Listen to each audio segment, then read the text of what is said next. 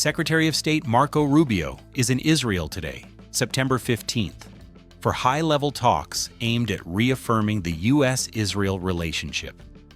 The visit comes at a moment of diplomatic complexity following a recent Israeli military operation in Qatar. That strike, which took place in the capital city of Doha, targeted senior leadership of the Hamas terrorist group. According to reports, at least 6 people were killed in the operation. The action drew swift condemnation from both Hamas and the Qatari government, who argued that the strike demonstrated a lack of interest from Israel in reaching a peaceful agreement.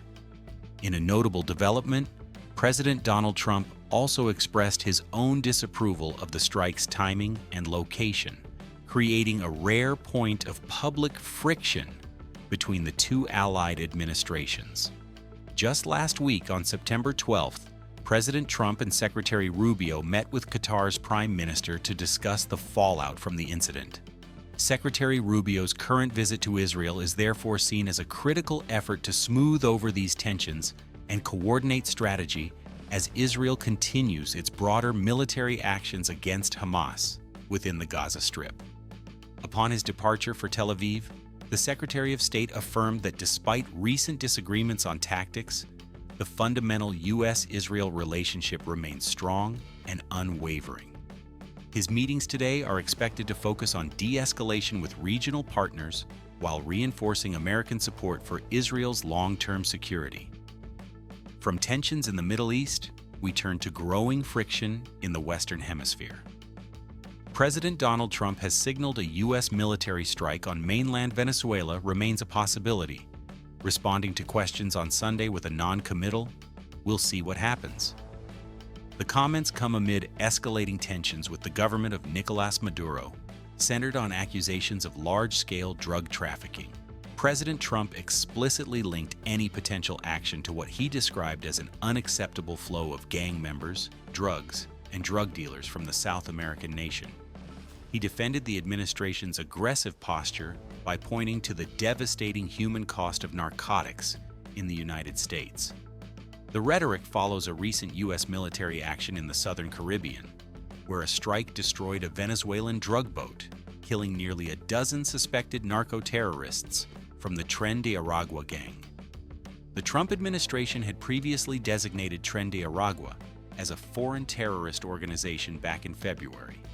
Speaking to reporters in New Jersey, the president noted that since the U.S. bolstered its naval presence in the region, boat traffic from Venezuela has decreased significantly.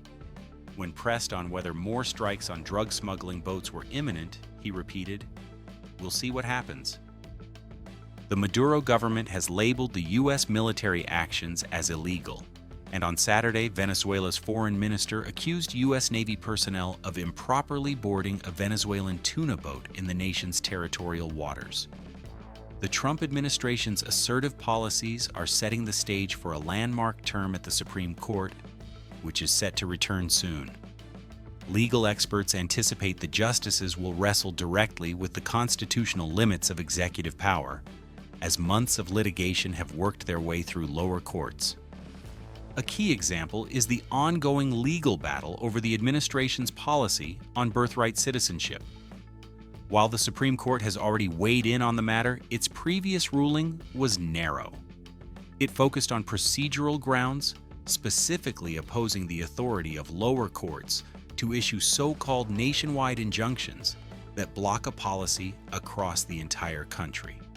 However, the justices explicitly did not resolve the underlying and fundamental constitutional arguments surrounding the interpretation of the 14th Amendment and birthright citizenship itself. That core issue, along with legal challenges concerning presidential authority on tariffs, immigration enforcement, and federal spending, could all return to the Supreme Court for more definitive rulings. The court has recently utilized its emergency docket to issue more tentative decisions, often lifting holds placed by lower courts, but the upcoming term is expected to move beyond these procedural questions and into substantive constitutional law, potentially reshaping the balance of power between the branches of government for years to come. On the subject of immigration and the justice system, a gruesome case in Texas is now drawing federal attention. U.S. Immigration and Customs Enforcement, known as ICE, has lodged an immigration detainer for Yordanis Cobos Martinez, a Cuban national charged with a brutal murder in Dallas.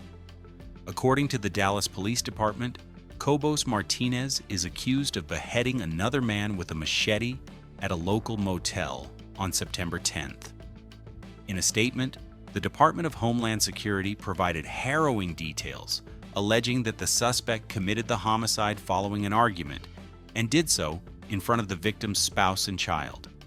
The agency also confirmed that Cobos Martinez is an illegal immigrant who has a lengthy criminal history in the United States. He is currently being held at the Dallas County Jail on a state murder charge. The detainer filed by ICE is a formal request to the local jail authorities. It asks them to notify federal agents before Cobos Martinez is released for any reason, such as posting bond or completing a potential sentence. This procedure would allow ICE to take him into federal custody to begin removal proceedings, ensuring he faces immigration consequences regardless of the outcome of the state criminal case. The incident highlights the ongoing intersection between local criminal justice and federal immigration enforcement priorities. Finally, we turn to a significant development on Capitol Hill.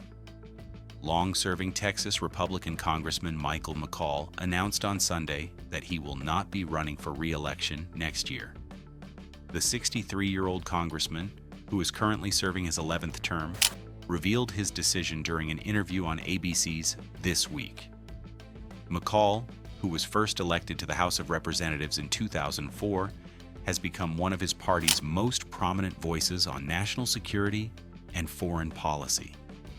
As a senior member and former chairman of the influential House Foreign Affairs Committee, his departure will mark the loss of significant institutional knowledge and expertise in Congress. In his announcement, McCall stated that he plans to serve out the remainder of his term, which runs through the end of next year. "It's been an honor to serve for over 2 decades in the Congress," he said, adding, "I'm looking now for a new challenge." He expressed a desire to continue working in public service, saying, "I want to continue to serve the people of this country in national security and foreign policy and do what I've done the last 2 decades, make America stronger and the world safer." His retirement will open up a reliably Republican seat in Texas and will set off a race to succeed a lawmaker who has been a fixture in Washington's foreign policy debates for 20 years.